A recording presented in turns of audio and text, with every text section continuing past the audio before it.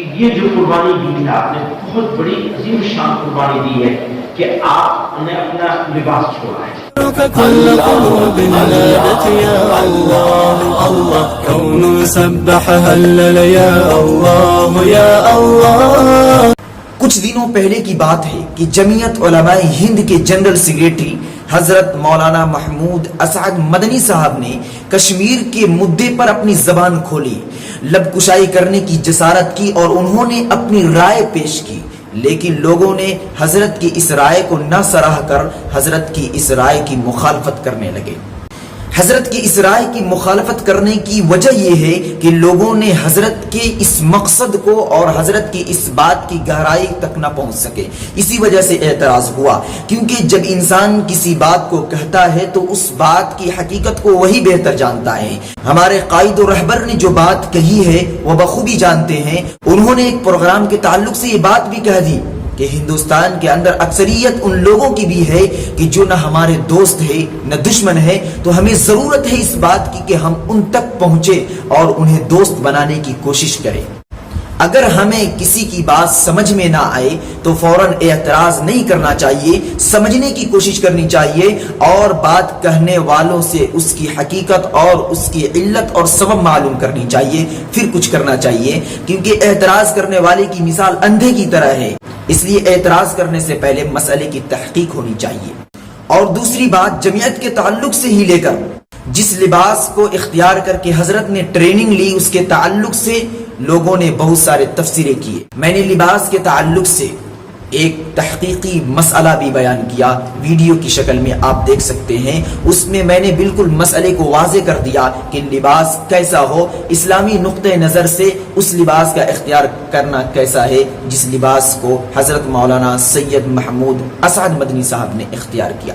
اور دوسری تحقیق جو حضرت مولانا حکیم الدین صاحب سے مجھے موصول ہوئی ہے کہ جو گلے میں جو ٹائی دکھائی دے رہی ہے یہ ٹائی نہیں ہے. لوگ اس کو ٹائی سمجھ رہے ہیں اور اس کی وجہ سے طعن و تشنیع کا شکار ہو رہے ہیں اور برا بھلا کہہ رہے ہیں، جبکہ اس کی حقیقت ایک اسکارف کی طرح ہے، ایک علاماتی کپڑا بتایا جا رہا ہے. اور ٹریننگ کے دوران حضرت مولانا محمود اسعد مدنی صاحب اور ان کے ہمراہ دوسرے علماء کرام نے جس لباس کو اختیار کیا اس کی وجہ اور سبب کیا ہے، چلیے ہم ویڈیو کی شکل میں ان سے ہی جانتے ہیں. سبح هلل يا الله يا الله احيا ذكرك كل قلوب نادت. خدمت خلق کیا جائے. ہمیشہ بتایا کرتے تھے ہمارے آرگنائزیشن کا کام ہی خدمت خلق کرنا ہے، لیکن خدمت خلق سے سیوا کرنا، سماج سیوا، جن سیوا. اور اسکاؤٹنگ میں تو اس طریقے سکھا دیے جاتے ہیں اور آدمی کو اس پوزیشن پہ لے آیا جاتا ہے ذہنی طور پر بھی اور جسمانی طور پر بھی کہ وہ آرگنائز ہو کے منظم ہو کے اس کام کو کر سکے. تو میں آپ لوگوں سے درخواست کرتا ہوں کہ یہ جو قربانی دی ہے آپ نے بہت بڑی عظیم شان قربانی دی ہے کہ آپ نے اپنا لباس چھوڑا ہے، تھوڑی دیر کے لیے چھوڑا ہو، ایک اس میں کیوں کیا ہے، اس کا مقصد کیا ہے؟ اس کا مقصد یہی ہے کہ ہم یہ سمجھ لیں کہ یہ ہماری زندگی کے اس وقت کے سارے مشنوں میں سب سے بڑا مشن ہے. کاش ہم اس کو اگر ہم نے اپنا عہدہ بنا لیا تو یہ قوم کی تقدیر کر دی.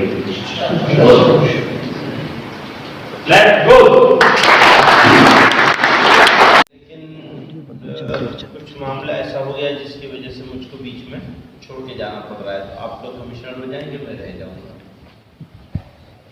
لیکن ایک درخواست کروں گا کہ آپ لوگوں نے وقت لگایا، سب ذمہ دار لوگ ہیں، اکثر لوگ ذمہ دار ہیں. جو عمر دراز حضرات ہیں وہ تو ذمہ دار نہیں ہیں، ان کی ذمہ داری میں کوئی شبہ نہیں، لیکن جو جوان ہیں وہ زیادہ ذمہ دار ہیں، کیونکہ ہم لوگ تو آخری پڑاؤ پر ہیں زندگی کے اور آپ لوگوں کی شروعات ہے. تو قوم کا مستقبل آپ لوگوں کے ہاتھ میں اور آپ کو ایسے لوگ تیار کرنے. خود کام کرنے والا مثلا مشہور ہے کہ خود کام کرنے والا جو ہے مزدور ہوتا ہے اور دوسروں سے کام لینے والا قائد ہوتا ہے. قیادت کا مطلب یہ نہیں ہے کہ ہم اپنا برتن نہیں دھو سکتے، وہ کام نہیں. یہاں کام سے مراد یہ ہے کہ آپ کو کام کرنے کے لیے لوگوں کو تیار کرنا ہے، اپنا کام کرنا۔ یہاں جو بھی یہ مسئلہ مشہور جو ہے وہ اس لیے نہیں ہے کہ آپ بستر پہ بیٹھ کر آرڈر دے کر اپنا کام کروا رہے ہیں، وہ نہیں مراد ہے یہاں، وہ مراد ہے وہ بات سمجھ رہی ہے جیسے ہاں اس چکر میں پڑ گئے آپ کے آپ دیکھ رہے ہیں صدق و صداقت کا پیکر الحق میڈیا۔ اگر آپ ہمارے چینل پر نئے ہیں تو پلیز از راہ کرم سبسکرائب کریں اور ساتھ ہی میں بیل آئیکن کو بھی دبا دیں تاکہ سب سے پہلے ہماری بات آپ تک پہنچ سکے۔ شکریہ، جزاک اللہ۔